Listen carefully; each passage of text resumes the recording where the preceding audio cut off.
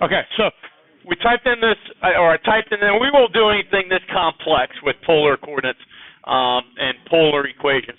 But what this is an equation in terms of an r and a theta. Okay, so the input, which is what we refer to as our independent variable, is an angle theta. Okay, and we can do all of these calculations. We can take theta, maybe it's pi over 3, and we run it through sine, and then raise e to that. Then we take pi over 3 and turn it to 4 pi over 3, run it through the cosine, multiply by 2, right? And we can take pi over 3, double it, make it 2 pi over 3, subtract pi from it, so it's now negative pi over 3, divide by 24, raise that to the 5th, right? We can do all these calculations. When we subtract these and add these individual values, it gives us a circle. Does that make sense? Or a radius of a particular circle. So we will plot that. So let's say, let me just go ahead and copy this real quick. We'll say Control C, Control V. Let's say theta was that pi over 3. Can I do it this way? I can't do it that way. Let's just call that A real quick.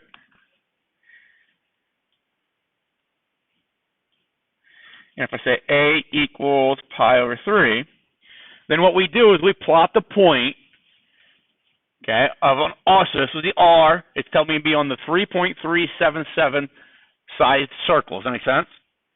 And it'd be at an angle of pi over 3. So we would plot that ordered pair. Okay. Now the way that I have to type this in Desmos would be I would type in 3.37744261406 cosine of A, comma, then I'll do the same thing, Control C, oh, wrong button, Z, Control, come on.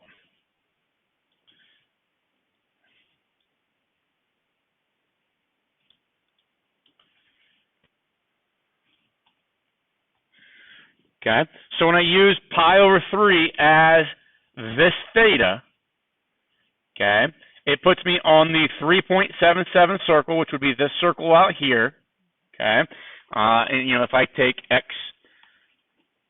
squared plus y squared equals 3.3774 squared, you see that circle right there would be the one I'm on, right? Does that make sense?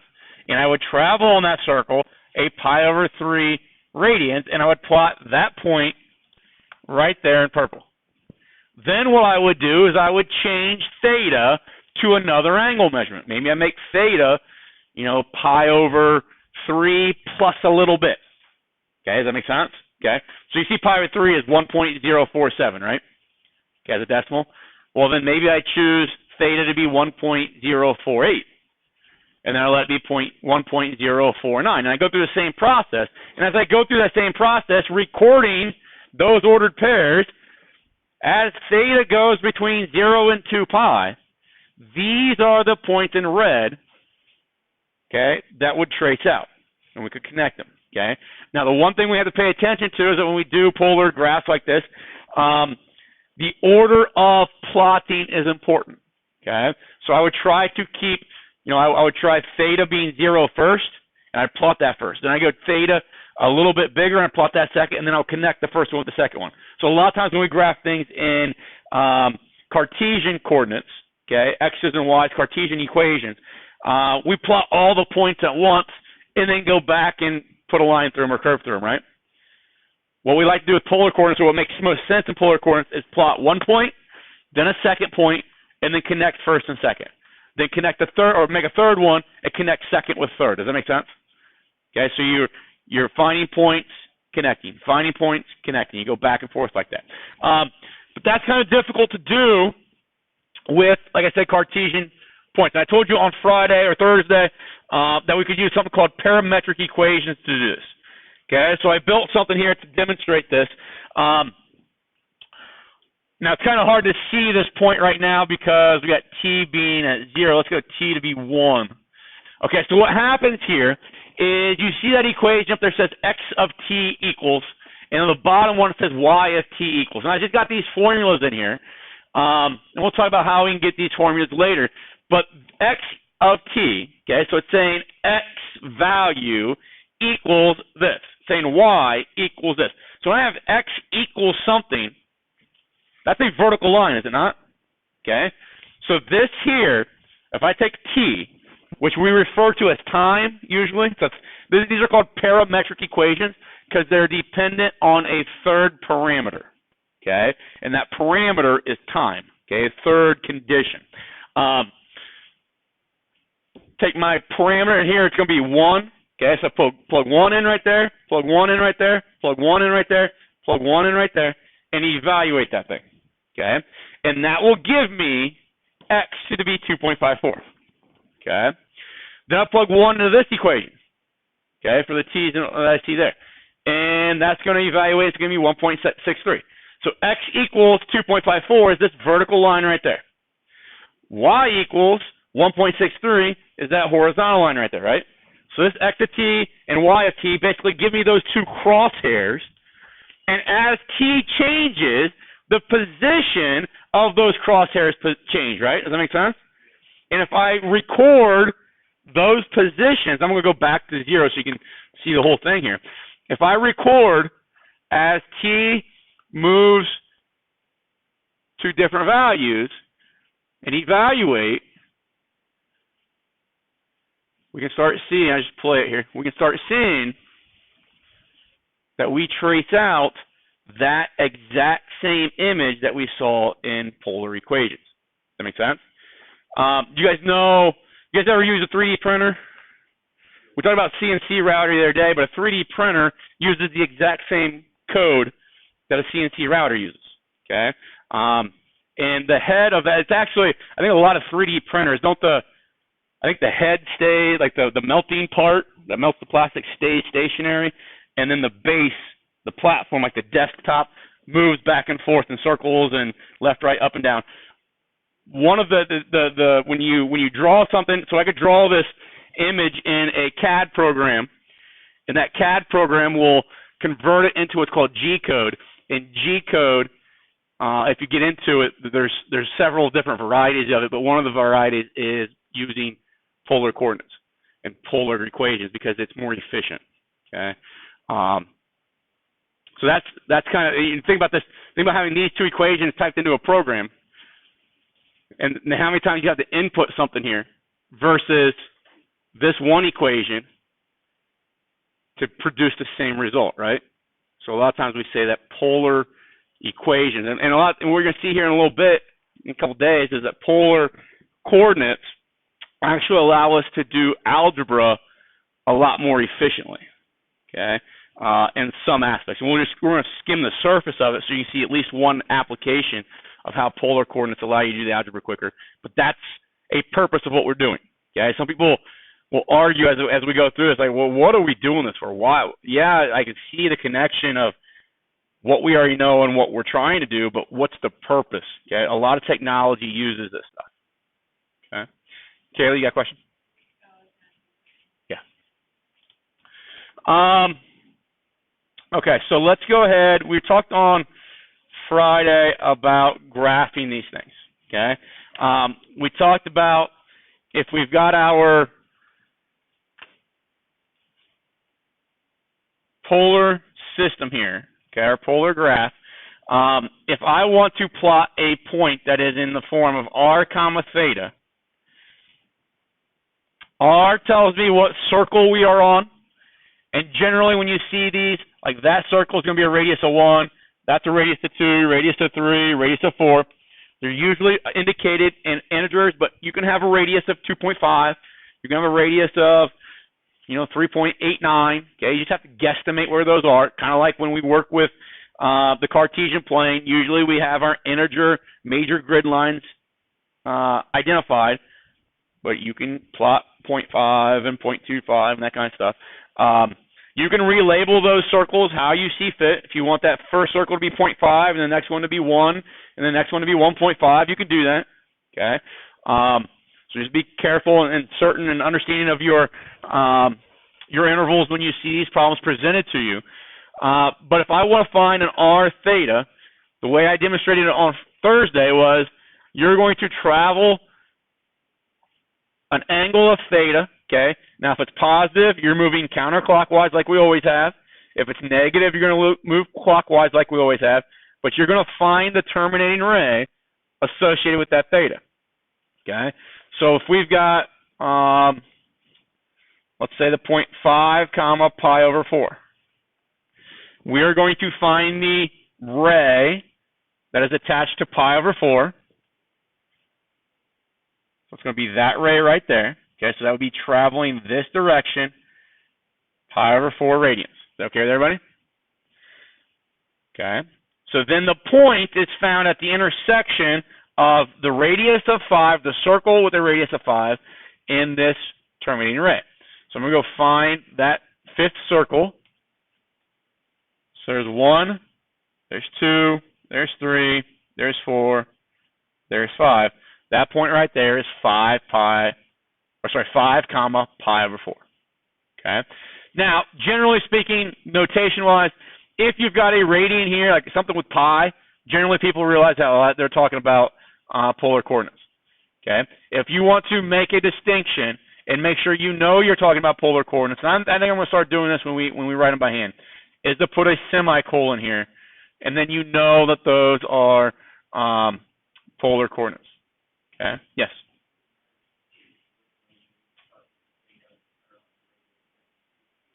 Correct. So it doesn't matter if I want to win it out to the fifth circle and say, okay, now I know I'm going to work on the fifth circle. It's terrible. I'm going to highlight the fifth circle and then work out to figure out where the pi over 4 radian intersects there. That would be fine. Okay. I like to go with the ray first, the terminating ray first, for when we come across a radius that is negative. Okay. You can still do it that way that you just talked about, but let's say that I want to find negative 6 comma 2 pi over 3. Okay, negative 6 comma 2 pi over 3. What we're going to do here is we're going to find first 2 pi over 3. We're going to find that ray of 2 pi over 3. So it would be that ray there. Does that make sense? Okay.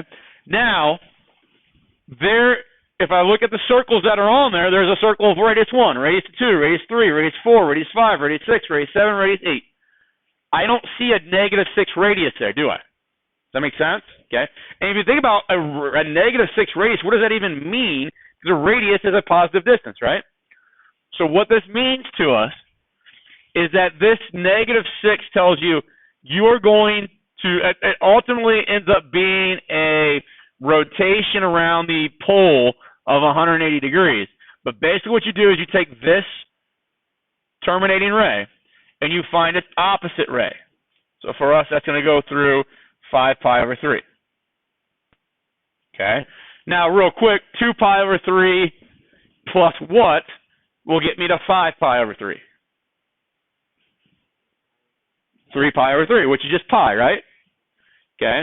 So if you have trouble deciding what is the opposite ray, you always add pi to your current terminating ray. Does that make sense? Okay. Because opposite rays, by definition from geometry, are two rays that form a straight angle. Straight angle is 180 degrees, or pi radians. Okay. So now what you do, okay, so I wanted to go negative 6 2 pi over 3. So now instead of counting out 6 on this one, we count out 6 on the opposite one. So 1, 2, 3, 4, 5, 6. And that point right there is negative 6 comma 2 pi over 3. Okay. And I like, especially when I'm working with negative radii and making sure I've done this correctly, I always like to jump back to GeoGebra and just check my work. Okay, so you can do it in Desmos. Desmos just doesn't have a very nice, clean way of graphing these points yet. We'll learn that probably tomorrow. But if I'm in GeoGebra, and you don't have to change the image here, you don't have to change the graph, okay? I can just type in -6, and then what do we say it was? 2 pi over 3. Okay, and it will plot regardless of what graph is, what system is highlighted here, okay?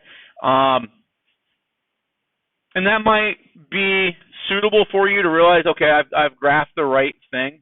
But obviously it gets a lot better if you right click and go down to graphics, go to grid, and then you go to polar on grid type.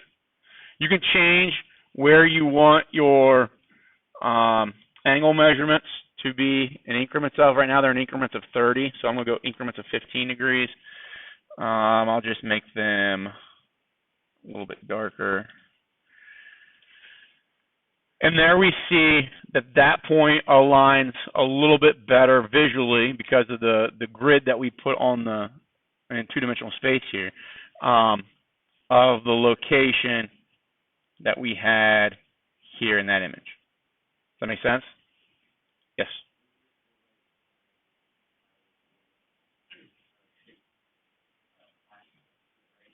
Okay, so the question is, can we rewrite that a different way? So let's look at this real quick. If I've got that, so I'm on that circle, right?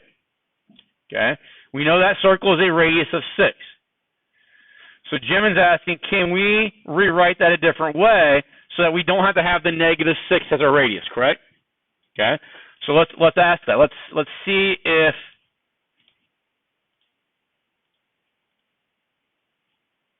so we know that is our terminal axis, or sorry, our polar axis. This is our terminal ray.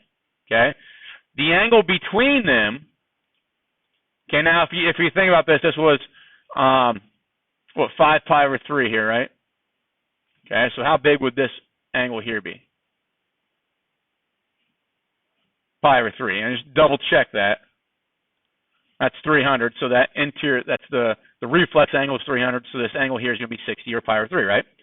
But if I'm going from here on this circle, this direction, what should I call it if I want R to be positive?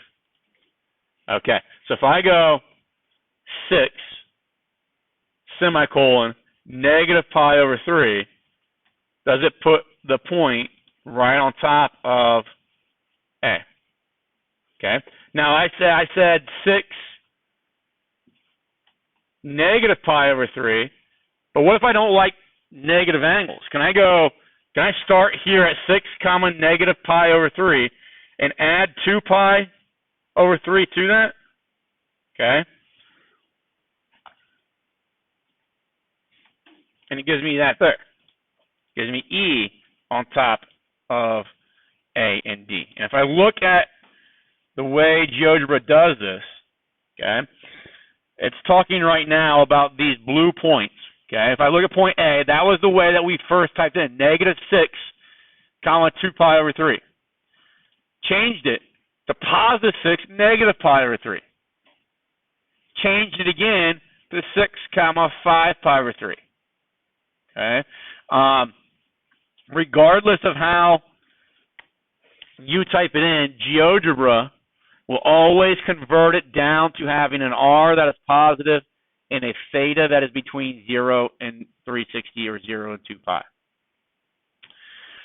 But there are, and this is what this initial section here in Chapter 8 is talking about, there are an infinite number of ways to go to the same position in two-dimensional space using polar coordinates.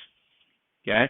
If I'm going, and what we talk about in two-dimensional space, guys, is and understand what coordinate systems are. And I think this is a very important concept for all of mathematics.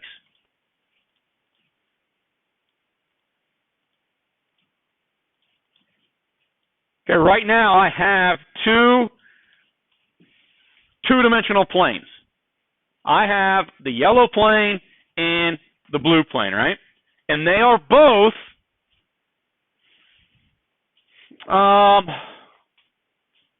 an infinite set of points or positions in two-dimensional space. If I want to go from A to B there, and I tell you, or I ask you, what are the directions to go from A to B, okay, that's going to be hard for you to tell me how to go from A to B, right? You can't be very precise. You can tell me go right from A and go down then, okay? Or you can say something like, go as far to the right as you go down. And that maybe gets me, because it looks like going to the right X units and going down X units will get me from A to B. It looks like they're, this distance here is the same as that distance there maybe. But you can't be very precise. You can't tell me how to get exactly to B. Same thing over here. If I tell you or ask you how do I go from C to D, you can't tell me that. But if I do this,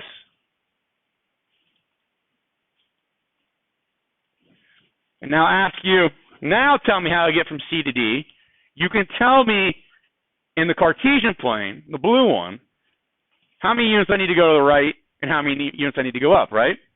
Now what's even better, and I'm going to move the points to do this, but you would actually move the grid, is to center one of those at 0, 0. Because now if I center one of them at 0, 0, now you can tell me go over X or to the right 2.1 and up 2.4. Does that kind of make sense? And that'll tell me how to go from C to D. Okay? On the one on the left, it's the same idea.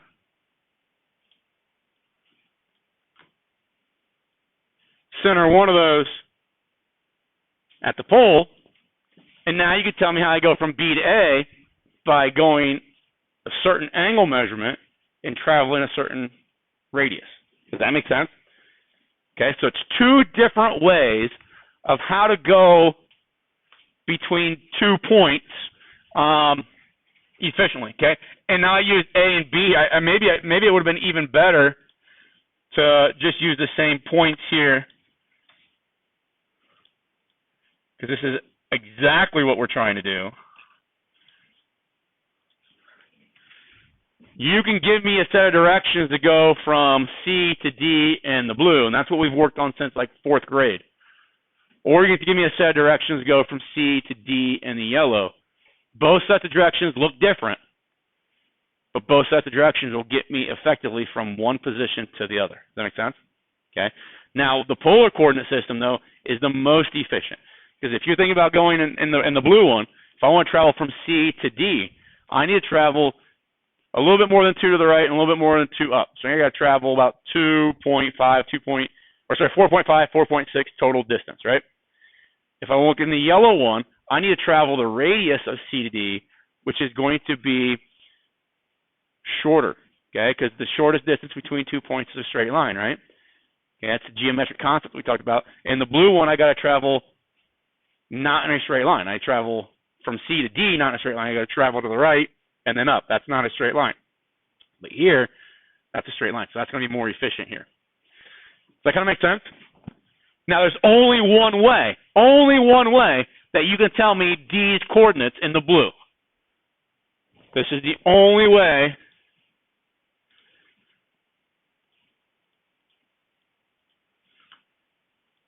that's the only way right there that you can tell me D's coordinates in the Cartesian plane. Okay? Now, in this one, and it's because of the way GeoGebra is set up, I can't, but that's not polar. Okay? Those are still Cartesian. But there is an infinite number of ways that I can tell you, or you can tell me, point D in that yellow graph. Does that make sense? Okay, and that's because you're on a circle, and that movement on the circle, it can always get you back to your starting point by adding 2 pi or subtracting 2 pi, right? Okay, so I want to spend a little bit of time going through that practice with questions like this. It says, find a representative of 5, pi over 4, in which r is positive and theta is between 2 pi and 4 pi. Okay, so what do I have to do here in order to get this here change to another ordered pair where R is positive. So R is positive means I have to be on the same circle as this one is, right? If I'm on a different circle, it's a different point. So I have to still have the radius of 5. But what do I do with this pi over 4 to put it in to a measurement that's between those two? Okay, add 2 pi in the form of 8 pi over 4, and I'll get 9 pi over 4. And it's pretty self-explanatory, pretty easy to do there. Okay. That being said, if we can do that, then we should, and this is what GeoGebra does when we type things in, we should always be able to take an answer, no matter what the point is. And we should always be able to make the R value positive. We should always be able to make the theta be between 0 and 2 pi. Okay. So if somebody gave me this to work with, I'm probably not going to work with it in this version. I'm probably going to actually change it back to that version. Does that make sense? But if we can make it, we should be able to undo it if we need to. Anybody got questions on that? What if I want theta to be between negative 2 pi and 0? Same point. R is positive. Subtract 2 pi. So it should be negative 7 pi over 4, right? Okay. What if I wanted the same point, 5 comma pi over 4, but I want R to be negative now, and I want theta still to be between 0 and 2 pi? Think about that. I think the best way to do this is first make your R negative. Okay, good. So what we're going to do, so if I went 5 pi over 4, that'd be that point right there. If that's, let's go 1, 2, 3, 4, 5. That's the fifth circle. Let's say that theta is pi over 4.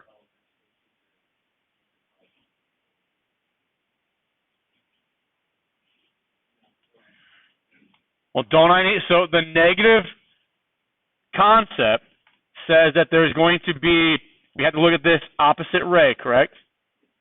Okay. And how big would that angle right there be? Pi over 4, right? Okay. So how big would that theta right there be? 5 pi over 4. So if I use that angle of 5 pi over 4, okay, so if that ends up being 5 pi over 4 right there, okay. So correct. So if I wanted to be on 5 pi over 4, that's what I would do, right? Okay. So like if this was positive 5 comma 5 pi over 4, I'd go out to the fifth circle in here, right? But I don't want to be on the fifth circle there. I want to be the fifth circle over here, right? So if this was positive 5, don't I make that negative 5, comma 5 pi over 4? Does that make sense? And this is why I like to graph these backwards, because if I was graphing this backwards, theta first, I would travel out 5 pi over 4. I would find that angle. And then I'd say, okay, well, the R is negative, so now it means I need to go in the opposite direction. And I would plot that point right there. And that's exactly the same as that point there, isn't it? Okay. Now, what I'd like to do, we've got 3 points here that are all different that we have created. And I just want to demonstrate what we can use GeoGebra to do for us here. If I type in 5 semicolon pi over 4, okay, type in 5 semicolon 9 pi over 4, 5 semicolon negative 7 pi over 4, and negative 5 semicolon 5 pi over 4. If I graph all those, A, B, C, and D, are they all the same spot over here in the graph? Right? When we look over here, this is what GeoGebra does. It's because of the cyclical aspect of the circle. is that it can always take whatever you type and put it down, put it in degrees, but it can always take it and make your R positive and your theta fall between 0 and 2 pi. And that's what that, obviously that's the way we typed that first one in. But look at the second one, it takes the 9 pi over 4 and converts it down to be between 0 and 2 pi. It finds the coterminal angle between 0 and 2 pi.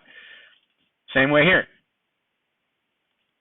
Same way there, right? Makes the R in this case positive, okay, because it understands that negative aspect of how we graph across the pole, okay? If I think about graphing across a pole, I'm just going to look at point D here real quick and compare that to -5 comma pi over 4. Oh, 5 pi over 4.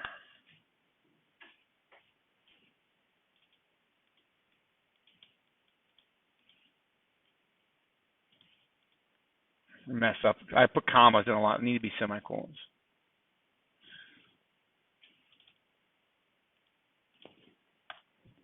Sorry, there we go.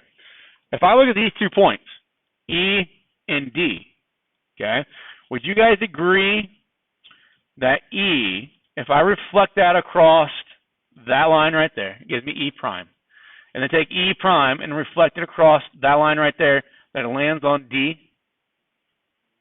Okay, so what's that tell me? When I make this transition from a negative radius to a positive radius by graphing opposite rays, what we're effectively doing is an x-axis reflection followed by a y-axis reflection. And if you remember from transformations in geometry, it's a 180-degree rotation.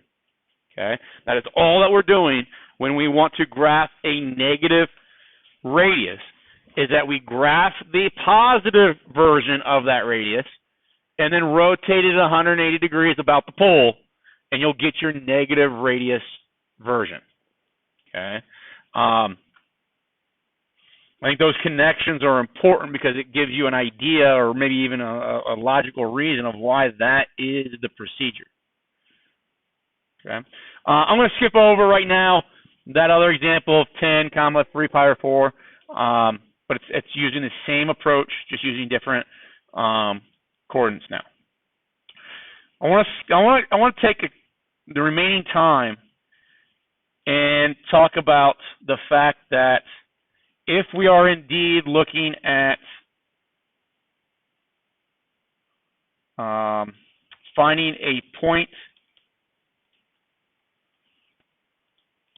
in the two-dimensional plane. Okay, so let's say that I want to find the point A and how I get to A.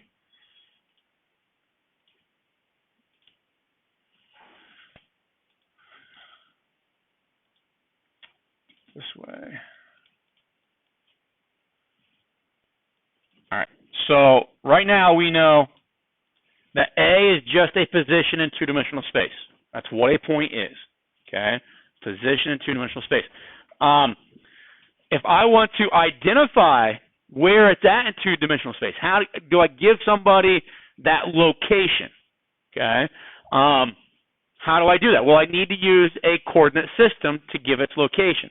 So we can either do this, create those axes and those grid lines, and the way that I get from 0, 0, which is where we always start in the Cartesian plane, to get to A and identify A, because every point is then labeled or its ordered pairs are referenced back to 0, 0, right? So that's why it's called 8, 4, because it's 8 away from 0 in the x direction and 4 away from 0 in the y direction. So we can do that, right? Okay, but we should also be able to put on top of that a different grid. And I should be able to say, well, I can go through maybe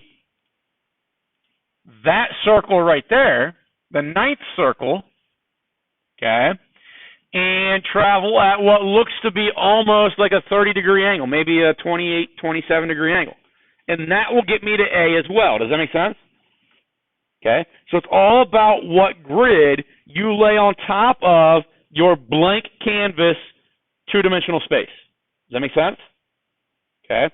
So we should be able to do this comparison of these two things. You should be able to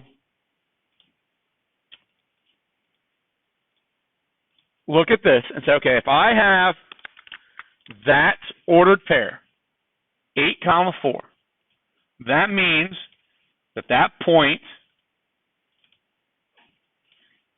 is 8 units away from the origin in the x direction and 4 units away from the origin in the y direction. Okay? So that's how every ordered pair is identified in the Cartesian plane, right? Well, what if I didn't want to do it that way? What if I wanted to figure out that distance? How can I find that distance knowing that point A is 8, 4? The distance formula, which is just the what theorem? Pythagorean theorem. So if I want to find that pink distance, this is x, and that's y, right? This pink distance, which we're going to call r, because it's the radius of a circle, right? We demonstrated that at the beginning of this course.